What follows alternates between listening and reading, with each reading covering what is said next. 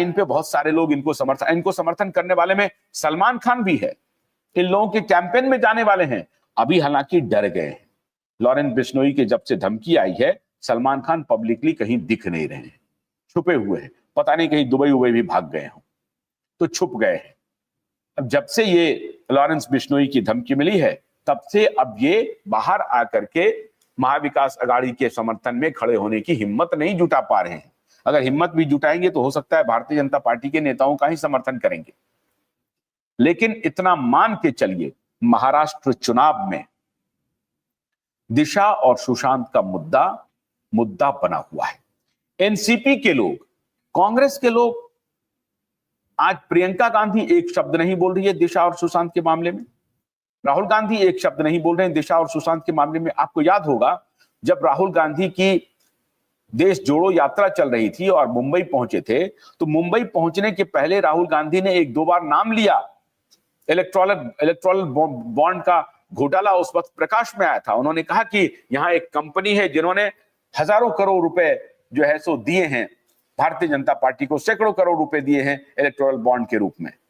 लेकिन बाद में पता चला कि इस मुद्दे पर बात मत करो, चुप रहो, इस मुद्दे पर शांति बनाए रखो। तो सारे लोग चुप हो गए, राहुल गांधी भी चुप हो गए। क्यों? क्योंकि पता चला कि शरद पवार के परिवार को हजारों करोड़ रुपए आधार पूनावाला ने दिए हैं सिर्फ इसी चीज के डिमांड के लिए। और इसीलिए पूरे कोविड के दौरान इन लोगों ने खेल किया महाराष्ट्र में, पैसे बनाए, बारे न्यारे किए, पार्लियामेंट में वैक्सीन दो का सवाल किया। और इधर ये सवाल करे और उधर भारत सरकार जो है सो प्रोएक्टिव हो जाती थी, जल्दी वैक्सीन दो, जल्दी वैक्सीन दो। तो ये इन लोगों की मिली भगत रही और इसमें भारतीय जनता पार्टी भी बिल्कुल अछूती नहीं है। भारतीय जनता पार्टी ऐसे नेताओं के साथ अलायंस करके क्या बतलाना चाहती है? भारतीय जनता पार्टी के लिए अजित पवार एक लायबिलिटी है। हालांकि वो सोच रहे हैं कि अगर मुसलमान कुछ एमएलए ले आएंगे तो वो अजित पवार इनको मदद करेंगे। बिल्कुल नहीं करेंगे। अगर आप बॉर्डर लाइन पर होंगे, महाविकास अघाड़ी और महायुति अगर बॉर्डर लाइन पे होगा और कहीं से भी अजित पवार को अगर 4, 5, 6 सीट भी ऐसा लगे कि वो किधर जा सकता है, तो वो उनकी पहली चॉइस महाविकास अघाड़ी होगी। अगर ऐसी स्थिति हुई तो ये भारतीय जनता पार्टी को समझना पड़ेगा कि उन्होंने एक ऐसे अवसरवादी नेता को अपना पार्टनर बनाया है जिनका कोई चाल चरित्र और चेहरा नहीं है। उनका चाल चरित्र और चेहरा सिर्फ और सिर्फ पैसा है, अवसरवादिता है। अब पैसे के लिए वो कोई भी किसी भी हद तक जा सकते हैं, किसी को भी धोखा दे सकते हैं, किसी का एक प्रकार से कहते हैं राजनीतिक हत्या कर सकते हैं। लेकिन वो अपने लाभ के लिए किसी भी एक्सटेंट तक जा सकते हैं। ये है अजित पवार। शरद पवार के बारे में कुछ बताने की आवश्यकता ही नहीं है, आपको सबको मालूम है। तो अजित पवार से जो अलायंस किया है भारतीय जनता पार्टी में, यह भी चुनाव का बहुत बड़ा मुद्दा बना हुआ है। कैसे भ्रष्टाचारी लोगों के साथ भारतीय जनता पार्टी ने क्यों अलायंस किया, यह बड़ा चुनावी मुद्दा है महाराष्ट्र में। और बहुत साइलेंटली देश भर के लोग भारतीय जनता पार्टी से इस मुद्दे पर नाराज हैं। लेकिन साइलेंटली जो कुछ मुद्दे काम कर रहे हैं उसमें दिशा और सुशांत का मुद्दा एक बड़ा फैक्टर है। लेकिन इसकी चर्चा आप कहीं नहीं सुनेंगे। कोई लोग उसको चुनाव में दिखेगा नहीं, बोलेगा नहीं। लेकिन मैं अपने सर्वे के हिसाब से आपको बता सकता हूं कि मेरे पास जो फोन आ रहे हैं उसमें, उस फोन कॉल्स में अधिकतर फोन जो हैं वो उद्धव ठाकरे की पार्टी के खिलाफ कह रहे हैं कि पूरी तन्मयता से 50-50, 60-60, 70-70 साल की महिलाएं बोल रही हैं कि बेटा मैं किसी भी सूरत में उद्धव ठाकरे को जीतने नहीं दूंगी। इससे मैं अंदाजा लगा सकता हूं कि उद्धव ठाकरे के खिलाफ बहुत साइलेंट वेव चल रहा है और इस वेव को हवा देगा कांग्रेस पार्टी भी और शरद पवार भी। जितनी कम संख्या में उद्धव ठाकरे की पार्टी एमएलए को जिता करके लाएगी, उतना अच्छा रहेगा शरद पवार की एनसीपी और कांग्रेस पार्टी के लिए। इसलिए कांग्रेस पार्टी, शरद पवार, भारतीय जनता पार्टी और एकनाथ शिंदे की पार्टी सब इस मुद्दे पर एक हैं।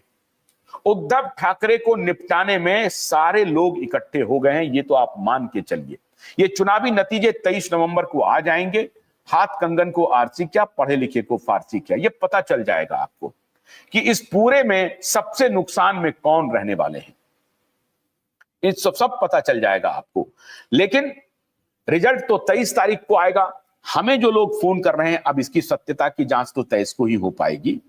मैं फिर भी कह रहा हूं कि अगर मान लीजिए थोड़ी देर के लिए, अगर मान लीजिए थोड़ी देर के लिए कि महाविकास आघाड़ी की सरकार आ भी गई, तो भी ये मान करके चलिए कि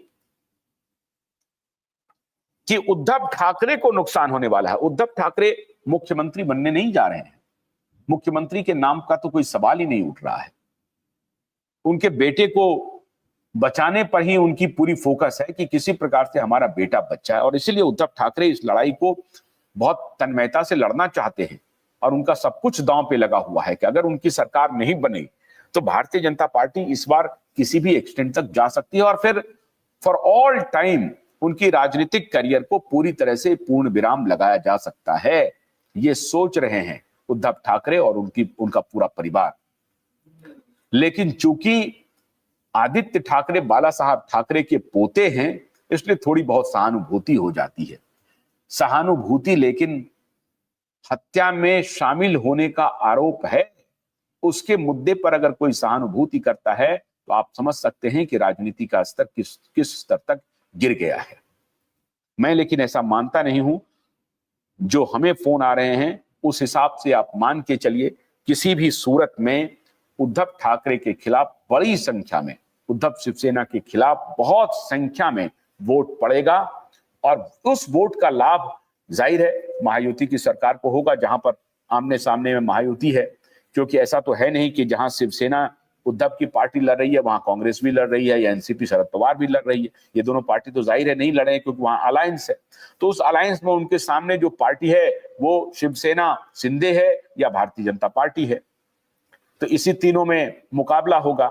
तो अधिकतर लोग गुस्से में उद्धव ठाकरे, जो कि महाविकास आघाड़ी को भी वोट दे सकते हैं अगर 2.5 साल का anti incumbency Bharatiya Janata party का रहे महाराष्ट्र में, जो कि अब बिल्कुल नहीं दिख रहा है क्योंकि लाडली बहन योजना ने काफी बहुत बढ़िया काम किया है भारतीय जनता पार्टी और एकनाथ शिंदे के लिए। और एकनाथ शिंदे इसमें बहुत मजबूत प्लेयर के रूप में उभर रहे हैं। वो मोटे तौर पर अपनी छवि एक कार्य करने वाले मुख्यमंत्री की उन्होंने बना ली है। मुझे नहीं लगता है कि एकनाथ शिंदे इसमें लूजर होंगे। हाँ, ये बात जरूर है कि उनका जो स्ट्राइक रेट है वो किस स्तर का होगा ये देखना पड़ेगा।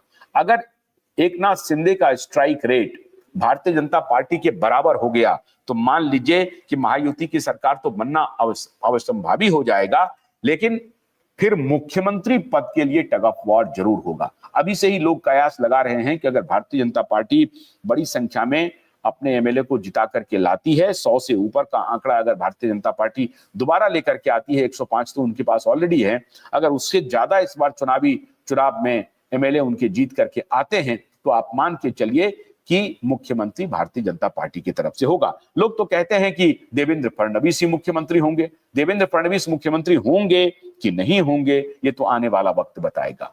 लेकिन इतना तय है कि दिशा और सुशांत का मुद्दा महाराष्ट्र चुनाव में साइलेंट मुद्दा है और इस मुद्दे को क्यूआई नेटवर्क को फोन करके सैकड़ों कॉल महाराष्ट्र से आए हैं। वो नतीजे में तब्दील होंगे कि नहीं होंगे ये मैं नहीं कह सकता हूं, ये मैं कोई भविष्यवक्ता नहीं हूं।